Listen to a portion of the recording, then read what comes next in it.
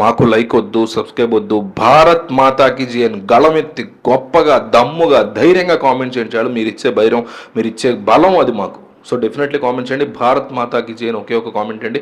ఈ ప్రపంచంలో అత్యంత బలమైనటువంటి వ్యక్తి, పవర్ఫుల్ పర్సన్ ఎవరనేది చెప్పాలంటే తనని తాను రక్షించుకునే శక్తి ఎవరికైతే ఉంటుందో ఆ శక్తి ద్వారా తన ఆధిపత్యాన్ని ఎవరైతే నిలబెట్టుకుంటారో వారికే ప్రపంచంలో నలమూలల నుంచి కూడా ఎక్కువ గౌరవం అనేది దక్కుతుంది.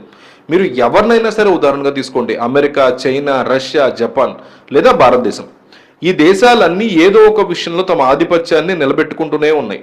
అందుకే ఈ దేశాలకి ప్రపంచవ్యాప్తంగా కూడా గుర్తింపు అనేది ఉంది. అంటే తమ గుర్తింపుని గత కొన్ని శతాబ్దాలుగా వాడుకుంటూ వస్తున్నాయి. ఇప్పుడు అద్భుతం ఏంటంటే ప్రపంచంలో ప్రతి మూల నుంచి కూడా లాభం పొందడం వెనకబడి ఉండకుండా, అంటే భారతదేశం పేరు మారుమోగేలా తన ఆధిపత్యాన్ని స్థాపించుకోగలిగింది. ప్రపంచం నలుమూలల భారతదేశం 3వ ప్రాంతంలో నిలబడింది అని, చైనాని 4th ప్లేస్కి పక్కన పడేసింది అని డప్పు కొట్టి మరి చెప్తున్నారు. ఇక్కడ మనం మాట్లాడుకునేది గ్లోబల్ ఎయిర్ పవర్ ర్యాంకింగ్స్ గురించి. గత కొన్ని దశాబ్దాలుగా మన దేశం 4వ స్థానంలో ఉండిపోయింది. గత కొన్ని దశాబ్దాలుగా 3వ స్థానంలో ఎప్పుడూ చైనా ఉండేది. అయితే ఈసారి 2025 లెక్కలు మొత్తం చిత్రాన్ని మార్చేసాయి. ప్రపంచవ్యాప్తంగా వినిపిస్తున్నటువంటి వార్త, ప్రపంచ వాయుశక్తి విషయంలో భారతదేశం ఇప్పుడు 3వ అత్యంత శక్తివంతమైనటువంటి దేశంగా మారింది. చైనాని ఓవర్టేక్ చేసేసింది. అంటే ఏషియాలోనే భారతదేశం కంటే తామే బలవంతమని భావించేటువంటి చైనా ఇప్పుడు భారత వైమానిక దళం ముందు తల ఇట్లా వంచింది, నోరు మూసుకుని చైనా. ఎందుకంటే మొదటి స్థానంలో అమెరికా, 2వ స్థానంలో రష్యా ఉండగా తరువాత 3వ స్థానంలో భారత్ నిలబడింది. భారత్ మాతాకి జై అని కామెంట్ చేయండి. చైనా ఏమో 4వ స్థానానికి దిగజారిపోయింది. సో 5వ తరానికి చెందినటువంటి ఫైటర్ జెట్లో ఉన్నటువంటి చైనా వైమానిక శక్తిని భారతదేశం ఏ రకంగా అధిగమించగలిగిందని మీకు డౌట్ రావచ్చు. ఈ ప్రశ్నకి జవాబు ఏంటంటే ఈ వీడియోలో క్లియర్గా దాని గురించి చెప్పబోతున్నా. కానీ దానికంటే ముందు భారతదేశం 3వ శక్తివంతమైనటువంటి వైమానిక దళంగా మారింది అనే దానికి రుజువు ఏంటి? ఎందుకంటే ఈ రిపోర్టు విడుదలైనటువంటి వెంటనే చైనీస్ సోషల్ మీడియాలో దీని మీద పెద్ద చర్చ నడిచింది.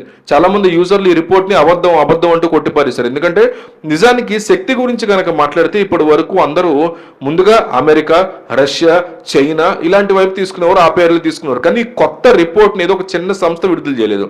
గ్లోబల్ ఎయిర్ పవర్ ర్యాంకింగ్ 2025లో భారతదేశం చరిత్ర సృష్టించడానికి మొట్టమొదటి కారణం ఈ నివేదికని WDMME అంటే world directory of modern military air craft అనేటువంటి సంస్థ రిలీజ్ చేసింది.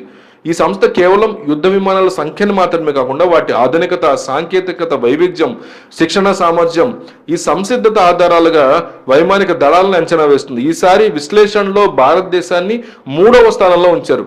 చైనా 4వ స్థానానికి పడిపోయింది. అంటే భారతదేశం ఇలాంటి ముందడుగు వేయడం ఇదే మొదటిసారి కాదు. 2022లో ఇదే సంస్థ ఇచ్చిన రిపోర్టులు చూసుకుంటే భారతదేశం చైనాని అధిగమించింది గతంలో కూడా. ఆ దేశానికి 9.4 పాయింట్లు, 63 పాయింట్లు కూడా దానికి వచ్చాయి. సో ఆ సమయంలో చాలా మంది నిపుణులు ఇది తాత్కాలిక విజయం అని, టెంపరీ విజయం అని కొట్టిపరేశారు. కానీ 2025 యొక్క ర్యాంకింగ్స్తో అది కేవలం టెంపరీ కాదు అని, భారతదేశం యొక్క వ్యూహం కానీ గొప్ప ఫలితాన్ని చూపిస్తోంది భారత్ అని. అంటే భారత్ 4వ స్థానానికి వెళ్ళినా 3వ స్థానం మళ్ళీ దక్కించుకోగలిగింది. 2022లో ఈ సంస్థ ఇదే విషయాన్ని అంచనా వేసింది.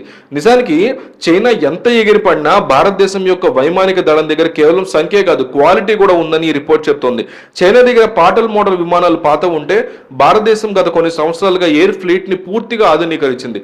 రఫేల్, తేజస్, సుకోయి, మిరాజ్, రాబోయేటువంటి AMCE ప్రాజెక్టు ఇవన్నీ కూడా భారతదేశాన్ని సూపర్ పవర్ ఎయిర్ ఫోర్స్ వైపు నడిపిస్తున్నాయి. అందుకే ఎవ్వరు ఏమనుకున్నా భారతీయ వైమానిక దళంలో ఉన్నటువంటి శక్తి ఈ మధ్యకాలంలో లేదు. బ్రిటన్ ఈ మధ్యకాలంలో భారతదేశంతో ఒక ఒప్పందం చేసుకుంది. భారతీయ పైలట్లు బ్రిటన్ పైలట్లకి శిక్షణ ఇవ్వబోతున్నారు. మరో ముఖ్యమైన విషయం ఏంటంటే భారతదేశానికి చెందినటువంటి సైనిక ఉపకరణాలు, మిసైళ్లు కావచ్చు, లాంచర్లు కావచ్చు, చిన్న చిన్న ఆయుధాలు కావచ్చు, వీటన్నిటికీ కూడా డిమాండ్ పెరుగుతుంది. అంటే అందరికీ మేడ్ ఇన్ ఇండియానే కావాలి. ఇప్పుడు ఇంతకుముందేమో దిగుమతి చేసుకునేటువంటి సిచ్యువేషన్స్ నుంచి ఇప్పుడు ఎగుమతిదారిగా మనం వాడుతున్నాం. సో అందుకే ఈ విజయం కేవలం సాంకేతిక విజయం కాదు, ఆలోచన యొక్క విజయం కూడా. గతంలో భారతదేశం ప్రతి విమానం కోసం విదేశాల మీద ఆధారపడేది. ఇప్పుడు మాత్రం భారతదేశం తన విమానాలను తానే తయారు చేసుకుంటుంది, ఎక్స్పోర్ట్ కూడా చేస్తుంది. మేక్ ఇన్ ఇండియా కింద కేవలం తేజస్ మాత్రమే కాదు, అనేక అధునాతన డ్రోన్లు, హెలికాప్టర్లు, మిసైల్ వ్యవస్థలు భారతదేశంలోనే ఇవన్నీ తయారు చేయబడుతున్నాయి. కాబట్టి భారత వైమానిక దళం అత్యంత క్రమశిక్షణ కూడినటువంటి ప్రభావితమైనటువంటి వైమానిక దళాల్లో ఒకటిగా ఉంది మనది. ఆసియా పవర్ బ్యాలెన్స్ గురించి మాట్లాడితే అక్కడ కూడా భారతదేశం ఒక అద్భుతాన్ని చేసింది. లోమి ఇన్స్టిట్యూట్ విడుదల చేసినటువంటి ఆసియా పవర్ ఇండెక్స్ 2024 ఈ నివేదికలో భారతదేశం జపాన్ని అధిగమించి 3వ స్థానాన్ని దక్కించుకుంది. అంటే వాయు శక్తి విషయంలో ప్రపంచంతో పోలిస్తే భారతదేశం 3వ స్థానంలో ఉంటే, ఆసియాలో ఉన్నటువంటి అన్ని రకాల శక్తులను దృష్టిలో పెట్టుకుని భారతదేశం యొక్క ఆధిపత్యాన్ని కనుక చూస్తే భారతదేశం ఆసియాలోనే 3వ అత్యంత శక్తివంతమైన దేశంగా మారింది. ఈ లోవి ఇన్స్టిట్యూట్ యొక్క ఇండెక్స్ కేవలం సైనిక శక్తిని మాత్రమే కాదు, తార్కిక శక్తి, దౌత్య ప్రభావం, రక్షణ నెట్వర్క్, భవిష్యత్ సామర్థ్యం ఇవన్నీ కూడా దృష్టిలో పెట్టుకునే ఈ రిజల్ట్స్ని ఇచ్చింది. సో భారత్ మాతాకి జై అని ఒక్క కామెంట్ చేయండి. ఇంకా మీకు టైం ఉంది, నచ్చింది ఛానల్ అంటే మాత్రం సబ్స్క్రైబ్ చేసుకోండి, లైక్ చేసుకోండి. కానీ మీకు చేయకపోయినా పర్లేదు, భారత్ మాతాకి జై అని ఒకే ఒక్క కామెంట్ ఇవ్వండి.